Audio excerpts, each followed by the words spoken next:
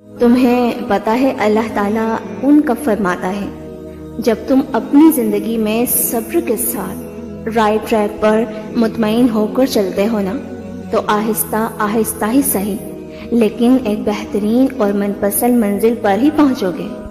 تم جانتے ہو اللہ تعالیٰ کے راضی ہو جانے کی نشانی کیا ہے؟ جب تم زندگی کے عروج و زوال میں اپنے رب کی رضا میں شکر گزار ہوتے ہوئے اسے مناتے ہو، راتوں میں اٹھ کر اسے اپنا درد سناتے ہو تو اللہ تم سے راضی ہو جاتا ہے۔ ایک حدیث میں آتا ہے نبی کریم صلی اللہ علیہ وسلم نے فرمایا جس کو اللہ تعالیٰ سے ملنا پسند ہو تو اللہ تعالیٰ کو بھی اس سے ملنا پسند ہوتا ہے، اور اس سے ملاقات کا بہترین وقت تہجد ہے۔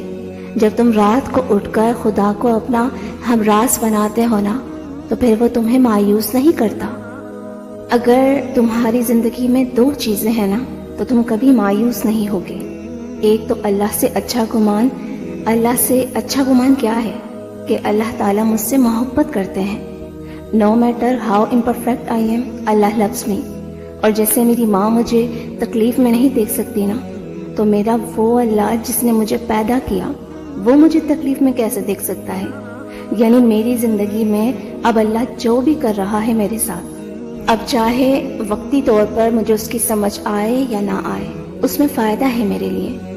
اور دوسرا اللہ پر یقین، اتنا یقین جسے کہتے ہیں نا اندھا دھن یقین ہونا کہ اللہ راستے بنانے ہیں تم نے، تیرے سوا کوئی راستے بنانے والا نہیں۔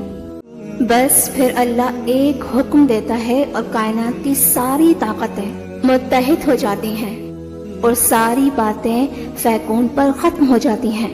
مطمئن ہو جاؤ، ان قریب تمہارا رب آسمان سے تمہارے لیے حیران کن معجزے اتارنے والا ہے انشاءاللہ۔ اور میں نے آپ سب لوگوں کے کامنٹس کو پڑھا اور جن لوگوں نے مجھ سے اپنی پریشانیوں کا ذکر کیا، اللہ تعالیٰ سے میری دل سے دعا ہے ان تمام لوگوں کے لیے کہ اللہ تعالیٰ ان کی زندگی سے تمام مشکلات کا ہمیشہ کے لیے خاتمہ کر دے اور ان کی مانگی دعا پر اپنا کن فرما ان کی زندگی کو خوشیوں سے بھر دے، آمین۔